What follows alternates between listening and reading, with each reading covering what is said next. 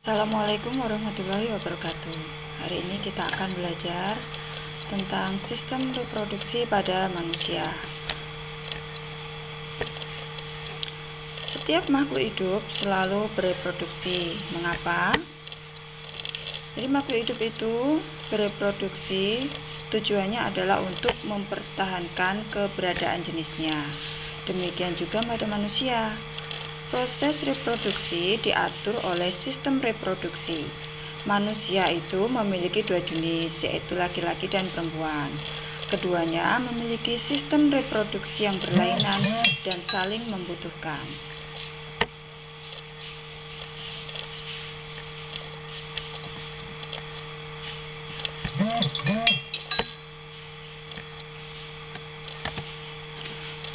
Ada alat-alat reproduksi pada manusia. Yang pertama pada laki-laki ya.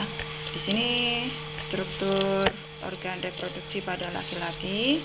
Di sini ada kandung kemih ya, bagian sini. Kemudian ada saluran vas deferens. Di sini saluran vas deferens. Kemudian yang ini bagian luar yaitu penis ya. Kemudian di dalam penis ini ada sebuah saluran namanya saluran uretra. Ini saluran uretra. Jadi dari kandung kemih sampai dengan ke ini ya, ke ujung penis ya. Kemudian di sini ada vesicula seminalis. Kemudian ada kelenjar prostat. Kemudian yang kecil ini adalah kelenjar Kober. Kemudian di sini adalah epididymis. Kemudian di sini testis dan skrotum ini yang membungkus testis. Fungsi dari organ reproduksi pada pria yang pertama adalah testis. Nah, di sini testis tempatnya. Di sini testis ini sebagai penghasil sperma dan hormon testosteron. Kemudian testis ini dibungkus oleh skrotum. Skrotum ini merupakan kulit pelindung testis yang berada di luar tubuh.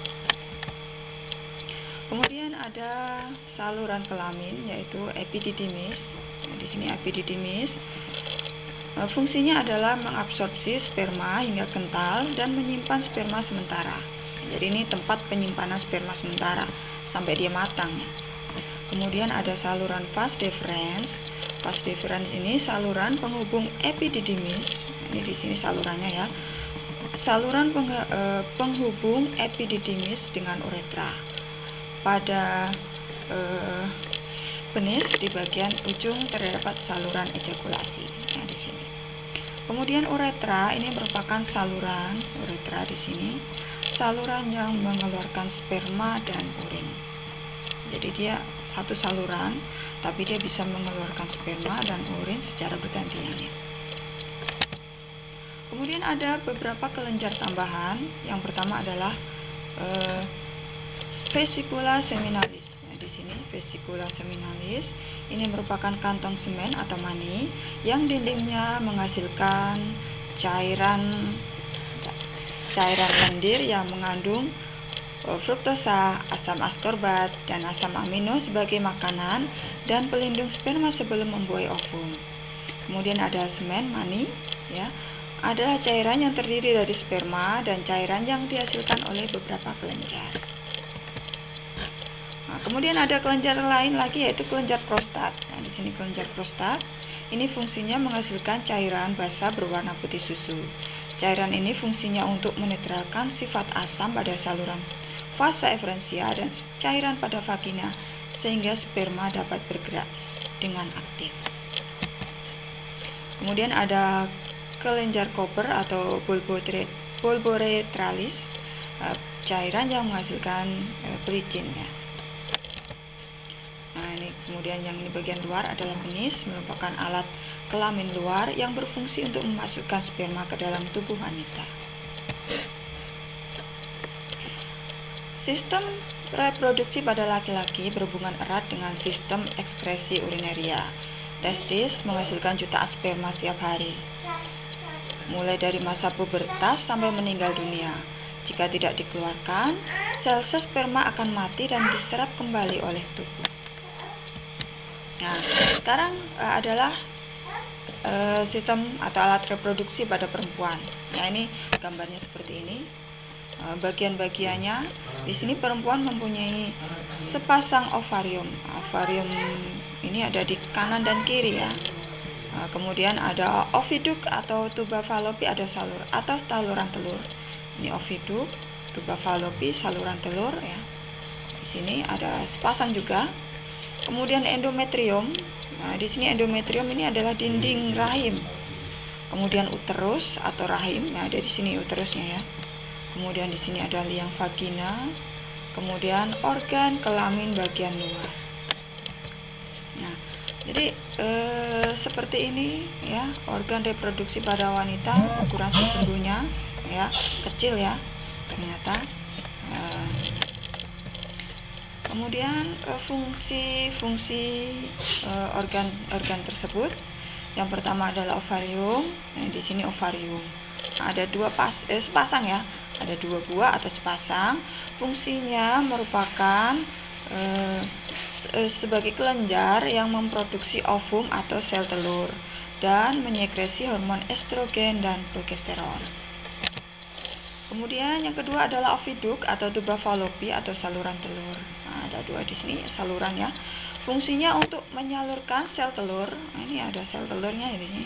Sel telur dari ke uterus ya, dari ovarium ke uterus ya, dengan gerakan peristaltik dan dibantu oleh gerakan silia pada dindingnya. Ini silia ya. Ada rumbai-rumbai ini ya silia ini.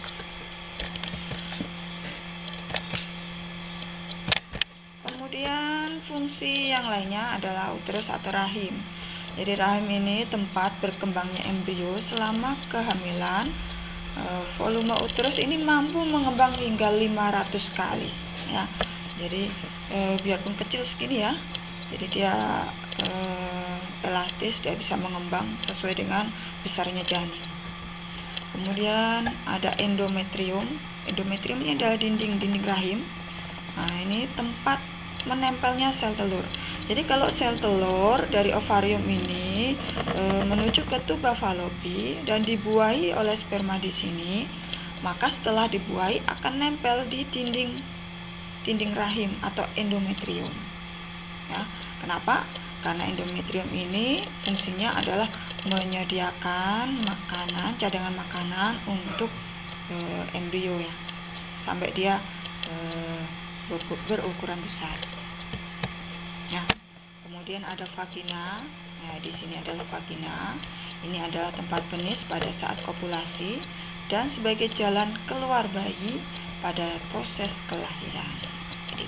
Jadi nanti janin di sini berkembang ya, kemudian dia akan dilahirkan menuju ke keluar, ini serviks ya, ini serviks, kemudian nanti akan menuju ke vagina dan siap dilahirkan ya.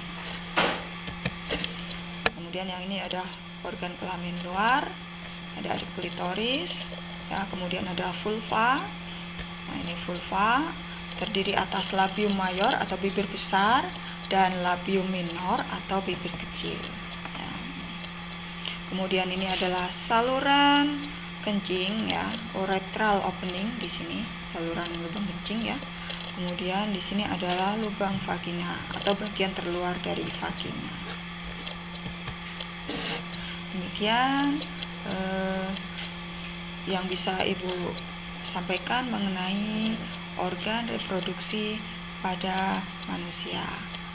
Untuk pertanyaannya nanti bisa kalian sampaikan melalui grup WA atau chat pribadi dengan Ibu. Sekian dan terima kasih.